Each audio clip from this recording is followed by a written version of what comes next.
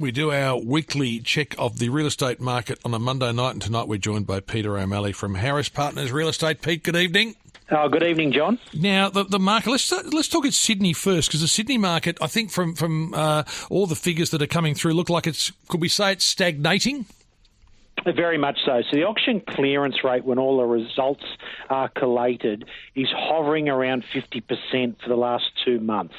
Now, that translates to a very stagnant price growth for the last month of just 0.3% for Sydney houses, John.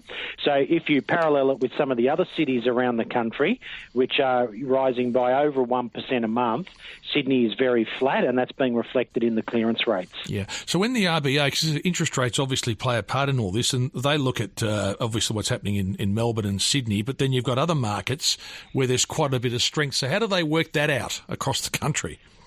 Look, very difficult. So to give you an idea, year to date, Sydney's up 3%. This is for houses. Melbourne's down -1%. The RBA would probably be okay with that, John. But then when you go across to Brisbane, Brisbane's up 8% for the year. Adelaide is up 8.5%. And Perth houses are up a whopping 14.1%. So that's what's giving the RBA cause for concern when they talk about property markets.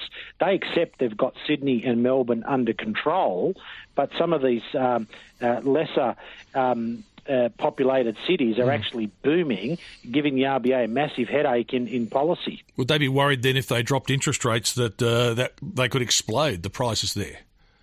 Oh, absolutely. When you're talking about a property market that's risen 14%, as is the case in Perth, in 8 months, if you were to cut interest rates now, you could set off a 20 to 30% annual boom there, and that is exactly what the RBA doesn't want to see happen. That's a classic case of the genie out of the bottle when it comes to inflation, and the reason property prices are so important with managing inflation is that people can re-borrow against the extra equity in their property to keep their spending habits going. And that is why the RBA does not want to see the property market rising too aggressively. Yeah, and I guess then from investors' points of view, for people who might be looking at investing, or if they're looking at rent vesting, as a lot of people are, they go and live where they want to live and invest somewhere else. You can invest anywhere in the country. Does that mean people will be looking at places like Perth or Brisbane or Adelaide and thinking, well, that's where I'm going to invest? And then, of course, that increases the competition for property and pushes the prices up. Without a doubt that has happened. The property clock has turned in all of those markets in favour of investors. I would say the smart money is already there, John. You do need to question the wisdom. So to give you an idea, if I can expand, annually Perth is up 24.7% and Brisbane is up 15.2%. It wasn't so long ago that the median house price in Brisbane was in the 500s, and tonight it's sitting at $966,000. So over the last 3 or 4 years, the Brisbane market has exploded, particularly since it was announced as an Olympic city. So what I would say to anyone considering now investing in the Brisbane or Perth markets is you have missed the best of it. Yeah, that's always the thing. And everyone has their ideas about when to get in. And you've also, we've even had the Deputy RBA Governor saying there are a lot of false prophets talking about where interest rates and where markets are going to go. And you can cherry pick, can't you? Go through the financial pages and the real estate pages, and you've got people telling you completely different things about where it's all going to go. That's absolutely correct. The RBA were very unhappy today in their messaging, but when it comes to property market, there's an old saying, buy in gloom and sell in boom. Now, the Brisbane property market did absolutely nothing for 12 years, John. It didn't hit fresh all-time highs for 12 years. But when it started to move in about 2021, it just continued, and I've helped a couple of clients buy property in Brisbane in the last few months, and all the real estate agents are saying the same to me. Every sale is hyper-competitive here, Peter. Your clients just got to put their best offer in and hope that, that at the end of the day, they're the highest offer, because we don't know what to do. Every property has 3 or 4 people trying to buy it in Brisbane at the moment. Yeah.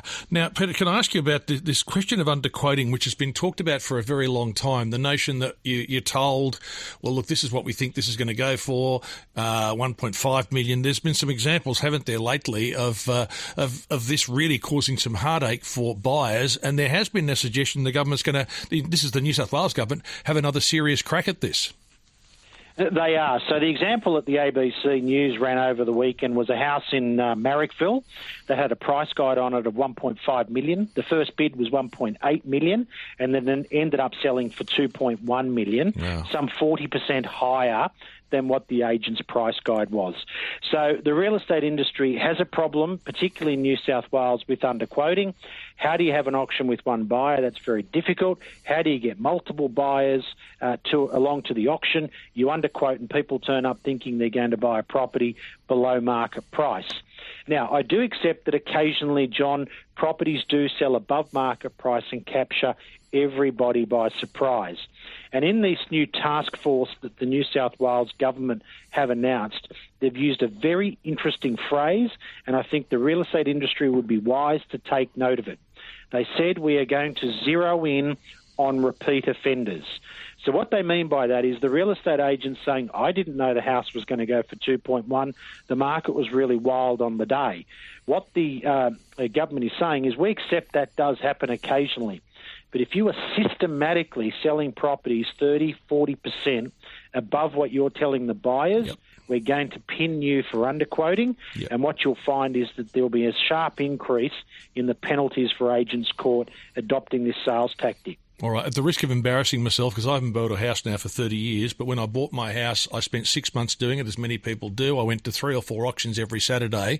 By the end of it, and I was focusing on the era I'm living in right now, by the end of the process, I got to know the agents really well, and we'd get there, I'd say, this is what I reckon this is going to go for. I had a really good idea. Now, that's me probably, having myself on, but the impression I got was that agents would have a pretty good idea of what things were going to go for, and if they were underquoting, they knew they were underquoting. Would that be a fair assessment generally? That's a very fair assessment, John. As I say, about 1 in 20 sales will surprise you on the upside. 1 in 20 sales will unfortunately underperform, and the majority of sales land about the range where you expect them to land. As a real estate agent, that is.